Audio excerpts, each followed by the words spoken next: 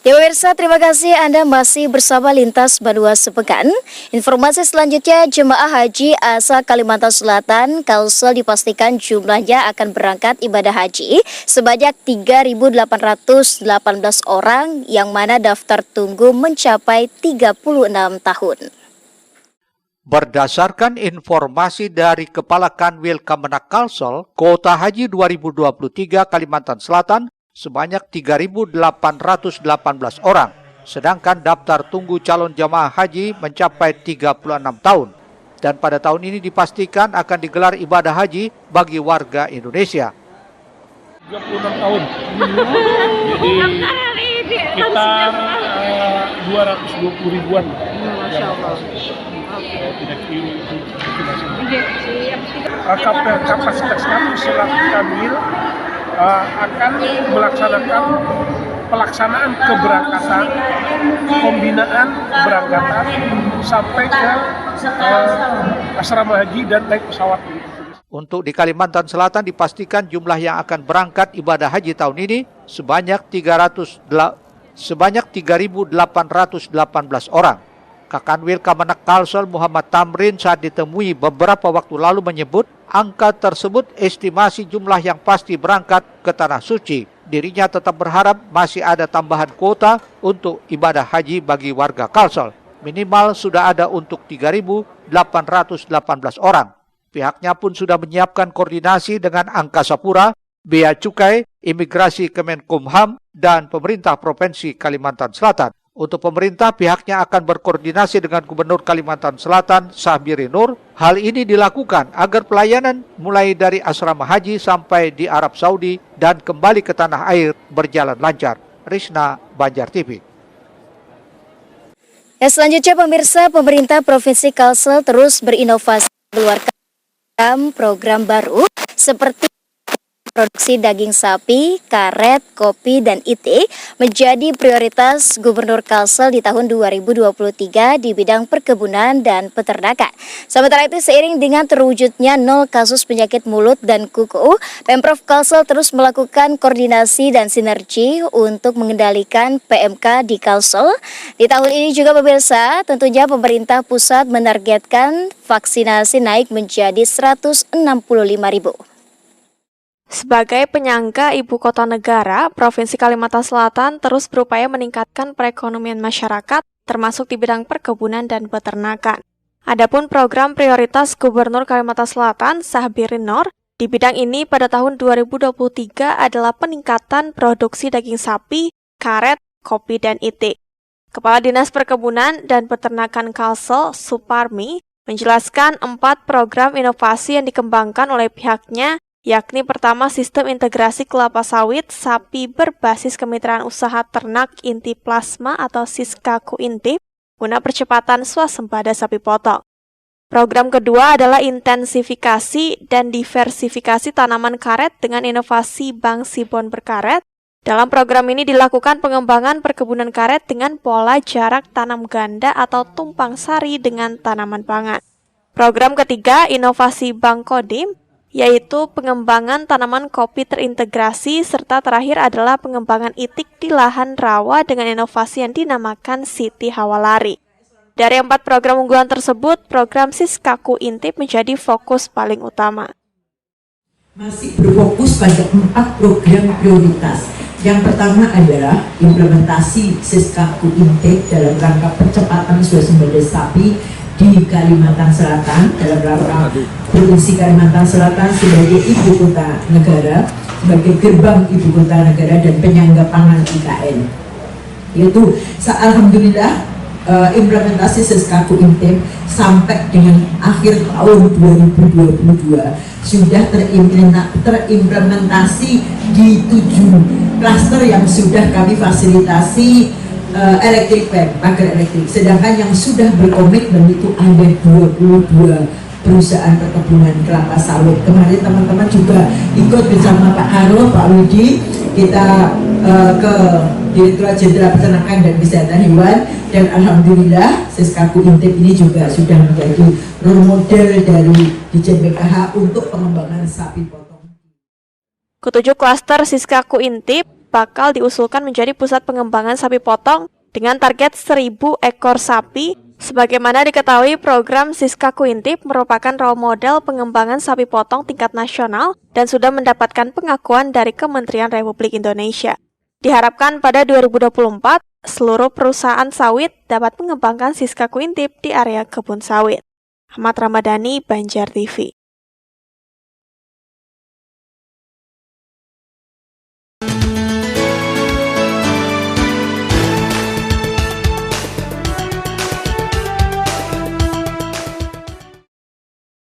Dalam konferensi pers yang digelar di kantornya, Kepala Disbunak Suparmi mengungkapkan capaian vaksinasi penyakit mulut dan kuku PMK di Kalimantan Selatan tahun 2022 sebesar 72,28%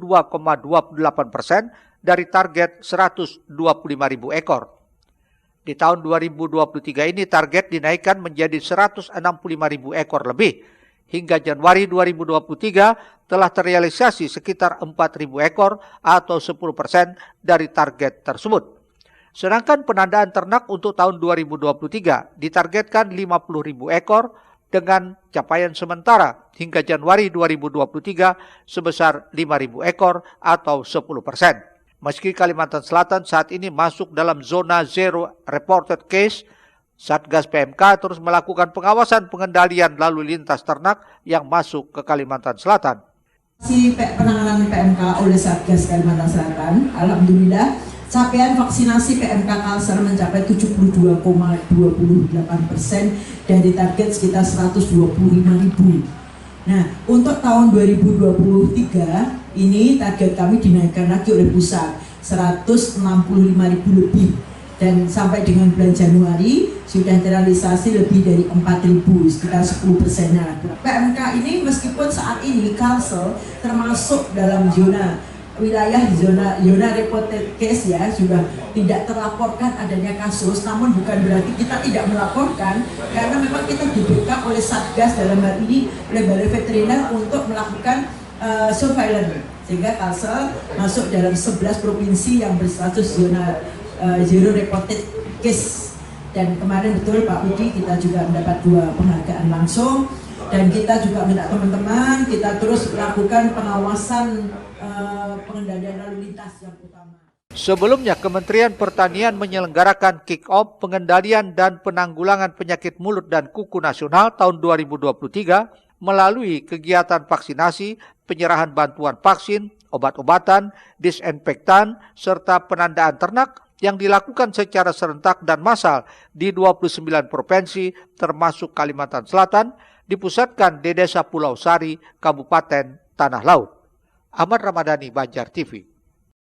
Ya, beralih ke informasi lainnya, DPRD Banjarmasin menggelar RDP dengan terkait dan lintas komisi membahas kelanjutan rencana pembangunan Mall Pelayanan Publik di Banjarmasin.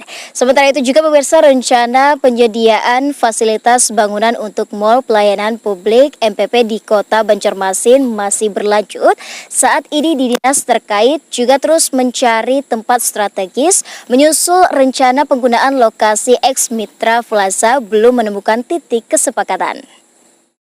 Gagalnya rencana Pemko Banjarmasin membangun Mall Pelayanan Publik MPP di Pusat Perbelanjaan Mitra Plaza mendapat kritikan kalangan dewan di DPRD Banjarmasin. Pasalnya, Pemko berencana memindahkan lokasi MPP ke Gedung Dinas Kependudukan dan Pencatatan Sipil Disduk Capil di kawasan Jalan Sultan Adam yang dinilai tidak representatif. Pemindahan itu pun dinilai membuktikan bahwa pembangunan yang dijalankan Pemko Banjarmasin sudah keluar dari perencanaan awal alias tidak konsisten.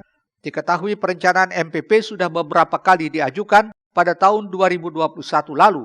Anggaran untuk program tersebut sudah disetujui dengan besaran anggarannya 1,8 miliar. Tanggapan keras kalangan dewan ini disampaikan pada rapat dengar pendapat RDP yang melibatkan Komisi 1, Komisi 2, dan Komisi 3, Dinas PUPR, Dinas Perizinan, dan Badan Pengelola Keuangan Pendapatan dan Aset Daerah BPKPAD pada Rabu 1 Februari kemarin. Adapun hasil RDP lintas komisi ini menyepakati pembangunan MPP ditunda hingga ada kajian yang lebih komprehensif, terutama soal pemindahan lokasi dan Dewan pun memberikan waktu 1 bulan untuk menyiapkannya. Itu seperti disampaikan Faisal Haryadi, Ketua Komisi 1 DPRD Banjarmasin, kepada sejumlah wartawan di gedung DPRD di kawasan Lambo Mangkurat. Nah, memang tadi dari beberapa yang disampaikan oleh Pak Dinas terkait khususnya pembangunan tadi, memang secara desain memang sudah dibikin oleh pemerintah kota secara desain. Namun proses pembangunan dan sebagainya masih belum, karena memang status dari KPL Mitra Plaza tadi masih ada kendala kata bagian hukum tadi, sehingga pemerintah kota secara sepihak mencoba opsional, mencoba memindahkan ke Sultan Adam atau ke gedung punya Capil. Nah, jadi disampaikan tadi, kami meminta bahwa kesimpulannya adalah pemerintah kota, kami minta menunda dulu, kemudian melakukan kajian ulang lagi, sehingga yang direncanakan oleh pemerintah kota dalam waktu dekat untuk membangun di Sultan Adam tadi, kami mohon untuk berlakukan pending lagi, sehingga kajian baru, tempat baru, kemudian ada opsional lain bisa dapat. Faisal menambahkan rencana awal pembangunan mal pelayanan publik di Ex Mitra Plaza sebenarnya tempat yang sangat representatif, termasuk aksesnya mudah. Trisna Banjar TV.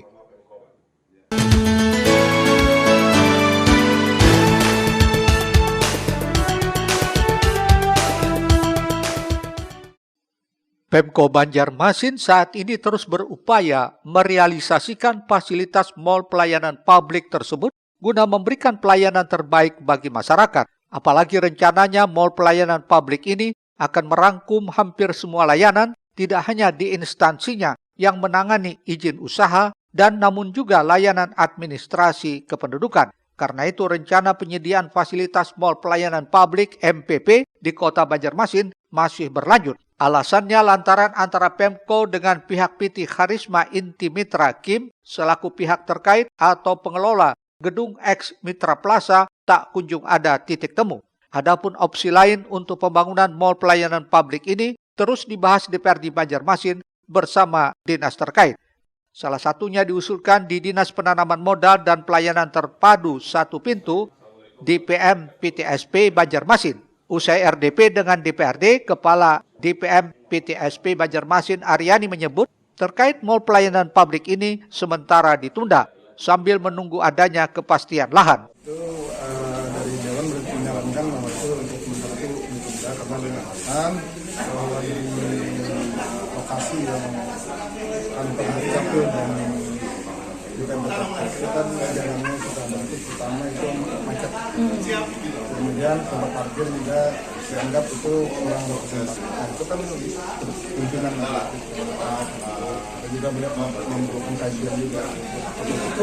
Mau pakai saya jadi di Mitra Plaza. Kan dengan tidak jadi di Mitra Plaza itu mungkin buat aset lagi bisa karena itu kan jadi perjanjian tahap. Murtasiah Banjar TV. Pemirsa, akan kami hadirkan usai jeda. Hadiri Saprah Amal, Paman Birin beri kejutan. Informasinya hadir sesaat lagi.